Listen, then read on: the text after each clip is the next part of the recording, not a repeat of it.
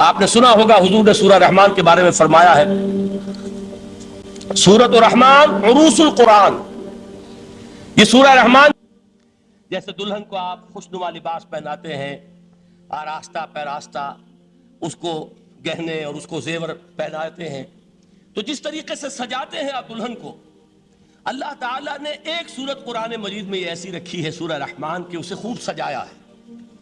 اس میں الفاظ کا در و بست، اس کا اپنا ایک ڈیوائن میوزک ہے. وہ تو اللہ تعالیٰ قراء جو ہے، خاص طور پر مصر کے قراء، اللہ تعالیٰ ان پر رحمت نازل فرمائے، ان کی خطاؤں سے درگزر کرے. جس طرح قرآن کے انٹرنسک میوزک کو انہوں نے واضح کیا ہے. واقعہ یہ ہے کہ اگر یہ لوگ نہ ہوتے، شیخ عبد الباسط محمد عبد الصمد، شیخ محمود خلیل الحصری، یہ لوگ کہ جنہوں نے قرآن کے اس غنا میوزک، یہ لفظ جو ہے آپ حیران نہ ہو کہ میں یہ کوئی شاید توہین کر رہا ہوں قرآن کی، حضور نے یہ لفظ استعمال کیا ہے.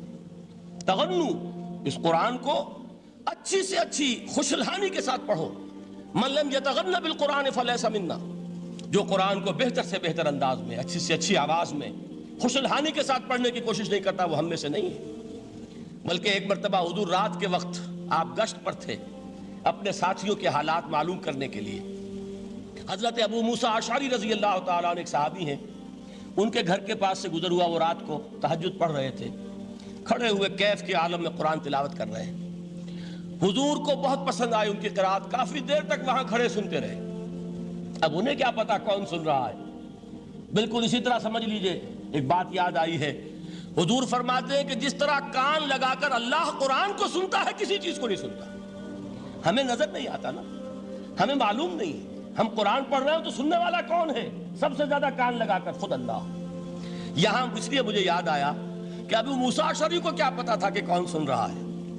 وہ اپنی کیفیت میں نماز میں تہجد میں قرآن کی تلاوت کر رہے تھے، اور ظاہر بات ہے ان کے گھر ایکڑوں میں بنے ہوئے نہیں تھے، ایک ایک کمرہ، ایک ایک کوئی حجرہ، ایسے ہی تو گھر تھے نا صحابہ کے. لہذا حضور پاس سے گزرے، آواز آئی، کافی دیر سنتے رہے.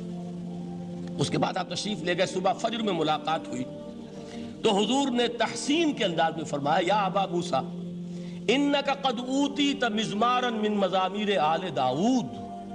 اے ابو موسیٰ، تمہیں تو آل داؤد کے سازوں میں سے ایک ساز اللہ نے عطا فرما دیا ہے. جس طرح حضرت داؤد، لہن داؤدی مشہور ہے کہ جب وہ پچھلے پہر رات کو حمد کے ترانے الاپتے تھے، قرآن میں ہے کہ پرندے شامل ہو جاتے تھے ساتھ، اور پہاڑ وجد میں آتے تھے، پہاڑ بھی ان کے ساتھ شریک ہوتے تھے. تو جس طرح کا اللہ نے ان کو لہن عطا فرمایا تھا، حضور نے تحسین کے انداز میں فرمایا ہے ابو موسیٰ اشعری، اللہ نے تمہیں بھی آل داؤد کے سازوں میں سے ایک ساز عطا فرمایا. بہرحال قرآن مجید کا جو یہ میوزک ہے، قرآن کے الفاظ کا جو حسن ہے، جہاں تک حسن معنوی ہے وہ تو ہر لفظ میں ہے، لیکن یہ حسن ظاہری، حسن صوتی، حسن لفظی، یہ اپنے کلائمیکس پر آپ کو نظر آئے گا سورہ رحمان میں. لیکن قرآن میں یہ سورت اس اعتبار سے بھی ممتاز ہے، اس کی 4 آیات پر ذرا توجہ کریں گے، عجیب حقائق سامنے آئیں گے. جہاں یہ قرآن مجید کے حسن صوت اور حسن لفظی کی معراج ہے، وہیں اس کی پہلی 4 آیات میں 4 چوٹی کی چیزوں کا ذکر ہے، سب سے اونچی چیزیں. پہلی آیت کیا ہے؟ الرحمن. ایک آیت ہو گئی. رحمان کیا ہے؟ اللہ کا نام ہے. کبھی آپ نے غور کیا اللہ کے ناموں میں سب سے پیارا نام کون سا ہوگا؟ رحمان. کیوں؟ اس کا مادہ کیا ہے؟ رحمت. ہمیں سب سے بڑھ کر جس چیز کی ضرورت ہے وہ کیا ہے؟ رحمت خداوندی. نام اچھی طرح سن لیجئے اس حضور کے قول کو. حضور فرماتے کوئی شخص جنت میں مجرد اپنے عمل کی بنیاد پر داخل نہیں ہو سکے گا جب تک کہ رحمت خداوندی دستگیری نہ کرے. کسی صحابی نے بڑی ہمت اور جرأت کا ثبوت دیا کہ پوچھ لیا، کیا حضور آپ بھی؟ جب آپ نے فرمایا کوئی شخص داخل نہیں ہو سکتا جنت میں محض اپنے عمل کی بنیاد پر جب تک کہ رحمت خداوندی جو ہے وہ دستگیری نہ فرمائے. پوچھا گیا کیا آپ بھی؟ آپ نے فرمایا ہاں میں بھی. آپ انداز کیجئے کہ اگر محمد الرسول اللہ بھی رحمت خداوندی کے ضرورت مند ہوں تو تاب دیگراں چے رسد، ہماری تو سب سے بڑی ضرورت رحمت خداوندی ہے. اب یہ رحمت جو ہے قرآن مجید میں اللہ تعالیٰ کی یہ شان 2 الفاظ کے ذریعے سے آتی ہے، رحیم اور رحمان. اور کوئی مادہ نہیں ہے جس سے 2 نام بنتے ہوں اللہ کے. لیکن یہ مادہ ہے واحد رحمت کا کہ جس سے رحمان بھی ہے رحیم بھی ہے. رحیم صفت مشبہ ہے. رحمت دائم ہو جائے گی، مستقل ہوگی تو رحیم کہیں گے. اور رحمان، اس میں رحمت کی ہے وہ شان ہے کہ جیسے ٹھاٹھے مارتا ہوا سمندر ہو، ہیجان کی کیفیت، طوفانی کیفیت، رحمت خداوندی کا طوفانی جوش، وہ ہے رحمان. آپ تو رہتے اس علاقے میں ہیں، آپ کو معلوم ہے عرب اگر بھوکا مرا جا رہا ہو تو کیا کہے گا؟ انا جوعان. پیاسا مرا جا رہا ہو انا عطشان. بہت غضبناک ہوگا غضبان. غضبان آصفہ قرآن میں آیا ہے، بہت غضبناک. رحمان جس کی رحمت جو ہے جوش میں ہے، ٹھاٹھے مارتے ہوئے سمندر کے مانند. تو یہ اللہ تعالیٰ کے ناموں میں سب سے پیارا نام. اب آگے چلیے. الرحمن علم القرآن، رحمان نے قرآن سکھایا. رحمت خداوندی کا سب سے بڑا مظہر، رحمان کی رحمانیت کا سب سے بڑا مظہر قرآن ہے. ان میں جو منطقی ربط ہے اس کو سمجھتے جائیے. اچھا آپ یہ سوچئے، جو علم بھی انسان کو حاصل ہوا وہ کس نے دیا؟ اللہ نے. سائنس کا علم کس نے دیا؟ اللہ نے.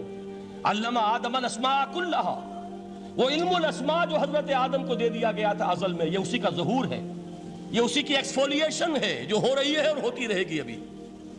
اور دوسرے علم ہے وہ کس نے دی؟ اللہ نے دی. لا یحیطون بشیء من علمہ الا بما شاء، مخلوق میں سے کوئی اللہ کے علم میں سے کسی شے کا احاطہ نہیں کر سکتا مگر وہ جتنا اللہ دینا چاہے. لیکن یہ کہ تمام علوم میں چوٹی کا علم قرآن. نوٹ کرتے جائیے، اب چوٹی کی چیزیں جمع کیجیے. اللہ کے ناموں میں چوٹی کا نام رحمان. اللہ نے جو کچھ انسان کو سکھایا اس میں چوٹی کا علم قرآن. خلق الانسان، انسان کو پیدا فرمایا. سوال یہ کہ حیوانات کو کس نے پیدا فرمایا؟ آسمان کس نے پیدا کیے؟ زمین کس نے پیدا کی؟ فرشتے کس نے پیدا کیے؟ کیا مطلب خلق الانسان؟ اس کی تمام مخلوقات میں اس کا کلائمیکس، اس کی تخلیق کی معراج، اس کے تخلیق کا نقطہ عروج انسان ہے. یہ ہے کہ جو مسجود ملائک بنا ہے. وَلَقَدْ كَرَّمْنَا بَنِي آدَمَ وَحَمَلْنَاهُمْ فِي الْبَرِّ وَالْبَحْرِ وَرَزَقْنَاهُمْ مِنَ الطَّيِّبَاتِ وَفَضَّلْنَاهُمْ عَلَى كَثِيرٍ مِّمَّنْ خَلَقْنَا تَفْضِيلًا. تو تخلیق میں سب سے اونچی تخلیق انسان کی، علموں میں سب سے اونچا علم قرآن کا، اللہ کے ناموں میں سب سے اونچا نام رحمان.